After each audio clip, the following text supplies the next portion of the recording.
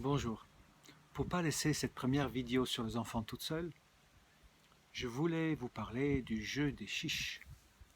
C'est un jeu que j'ai inventé. Et c'est un jeu que j'ai inventé pour des enfants qui étaient en dessous du niveau de politesse et de respect par rapport à leur mère. Leur mère vivait seule, était séparée de son mari, et nos enfants nous permettent de faire l'expérience de qui nous sommes vraiment. Ils nous permettent de faire face à nos peurs. Et s'il y a un faille quelque part, ils le montrent. Là, la faille, c'était la culpabilité de la séparation. Donc les enfants étaient très durs avec leur mère. Pas respectueux du tout. Je dirais même méchants. Et donc j'ai proposé les jeux de chiche. C'est-à-dire qu'à partir de ce moment-là, ils n'avaient plus aucune faveur. Ils avaient un repas sur la table, un endroit pour dormir, plus de cadeaux, plus rester debout plus longtemps. Rien, rien. Style, tu me traites comme ça, mais je te traite pareil. Tu me respectes pas, tu n'es pas gentil avec moi, mais je suis pas gentil avec toi. Et on leur a proposé, on leur a dit, mais vous pouvez gagner vos faveurs.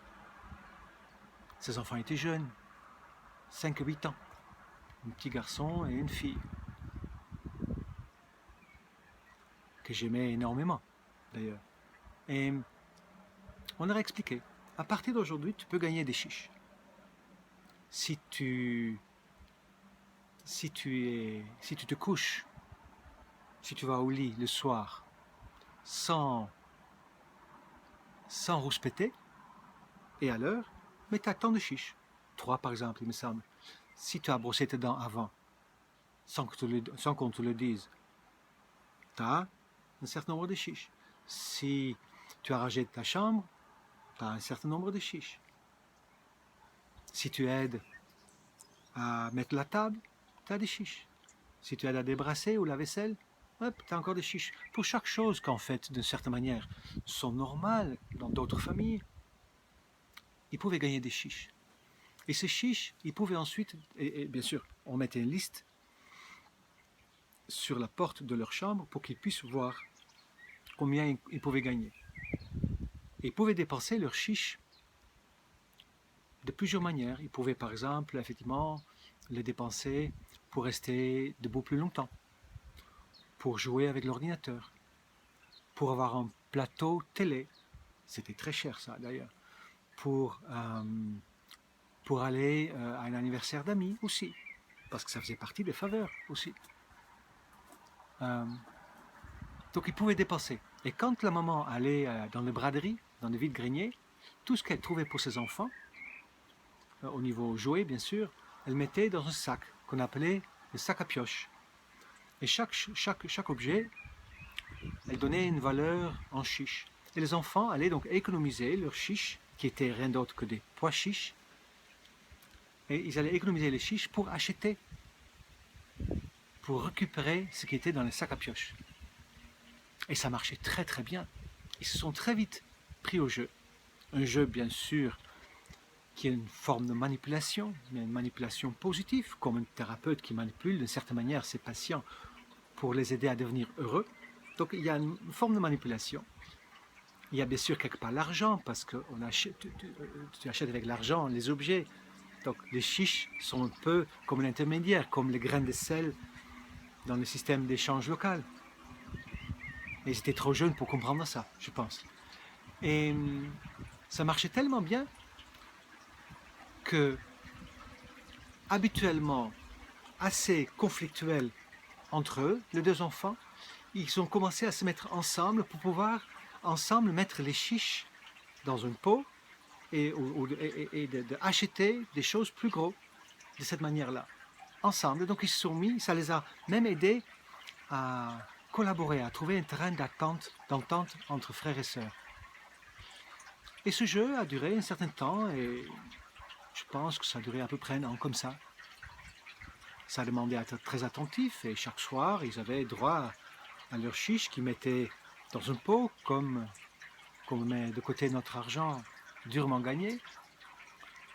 Et doucement, leur état changeait. On avait aussi instauré les chouines, parce que la fille, elle avait la tendance beaucoup de se plaindre, de jouer en fait avec la culpabilité de sa maman en chouinant.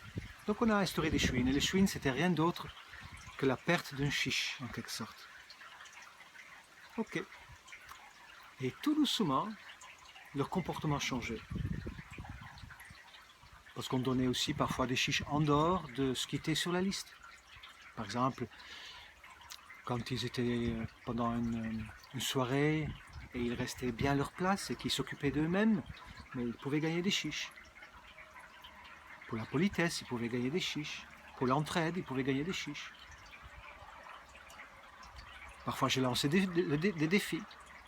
Un jour, je me rappelle, on était au bord de la mer et j'ai dit au petit garçon, puisqu'il y avait d'autres enfants qui se baignaient, j'ai dit 10 chiches si tu te baignes aussi. Alors il a dit non, non, non, non, non, non. J'ai dit 15 chiches. Non, non, non, non, non, non. Et là, sa soeur commence à aider. Il dit oui, oui, comme ça, on va pouvoir acheter les roller skates. Parce qu'il y avait des rollers dans le sac à pioche. Et je pense qu'il a craqué pour 18 ou 20 chiches. Et il est allé. Ce qui a été une source aussi de félicitations et tout ça. Quoi qu'il en soit, tout doucement, ces enfants se sont transformés. La fille, elle commençait à moins chouiner, à être vraiment super. Et lui, il commençait à être de plus en plus fier de lui. Et au bout d'un an, je proposais d'arrêter le jeu de telle manière et de dire, voilà, maintenant que vous êtes arrivé à un niveau où vous participez pour des chiches, là où en fait c'est normal, mais vous ne recevez plus de chiches. À partir d'aujourd'hui, vous continuez à faire ce que vous faites, mais vous recevez un certain nombre de chiches en fonction de la manière dont vous touchez votre maman. Et elle pouvait être touchée par leur courage, leur créativité, leur douceur, leur débrouillardise, leur autonomie, leur créativité. Elle pouvait être touchée par plein de choses, par tout ce qui était en fait, comment dire, venant de leur enfant intérieur aussi. Et donc, il n'y avait plus de liste. Et à la fin de la journée, pas tous les jours nécessairement, mais elle disait, voilà, vous m'avez touché, alors je vous donne tant de chiches. Et c'était donc aléatoire. Alors ce jeu marchait très très très très bien. Et j'ai compris qu'elle a gardé ce jeu avec ses enfants pendant très longtemps. J'ai beaucoup aimé ses enfants. Beaucoup, beaucoup, beaucoup. Donc une pensée pour eux. Et peut-être un jour ils verront ce vidéo, ils savent très bien de qui je parle. Je les aime très fort. Et donc depuis ce temps-là, je proposais ce jeu aussi à d'autres parents. Et ça a marché aussi. Je pense que c'est un jeu qui peut se commencer à partir de 5 ans et qui peut marcher jusqu'à l'âge de peut-être 13 ans, 14 ans. Parce que c'est vrai qu'aujourd'hui, je constate que la société a changé un petit peu et c'est presque devenu normal de servir ces enfants, d'être au service.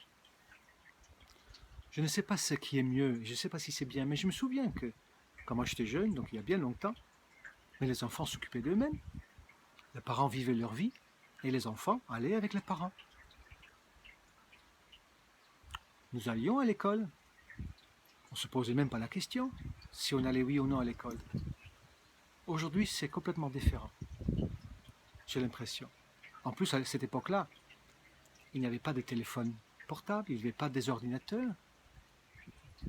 Beaucoup d'enfants jouaient tous à main dehors. Pendant qu'aujourd'hui, il y a beaucoup l'écran.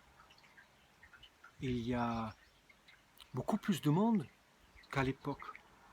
Et je constate que beaucoup de parents, pendant des jours de congé des enfants, mais en fait amènent les enfants d'une activité à une autre. Je ne dis pas que c'est bien ou pas bien, mais le monde des enfants a changé. Ils n'ont plus nécessairement des lieux communs où trouver d'autres enfants pour jouer. Je pense que ce n'est pas facile. Et je peux m'imaginer qu'effectivement, pour un parent, ce n'est pas facile d'éduquer un enfant, de l'élever, de l'aider à devenir autonome, de devenir intelligent, de, comment dire, de devenir sociable. Je ne sais pas. J'ai l'impression que c'est beaucoup plus difficile qu'à l'époque. Et ce jeu permet de jouer avec ça. Ça aide, je pense, à que les enfants deviennent débrouillards, à nouveau un petit peu, s'ils ne l'étaient pas. À qui ils travaillent donc ensemble. Et ça peut stimuler donc effectivement leur l'intelligence, leur débrouillardise. Voilà. Voilà, c'est ce que je voulais partager avec vous. Le jeu des chiches. J'ai sûrement oublié des trucs, mais en gros, vous avez compris ce que je voulais dire. Un jeu pour aider les enfants à retrouver leur juste place. Et une fois que c'est fait, mais vous arrêtez le jeu.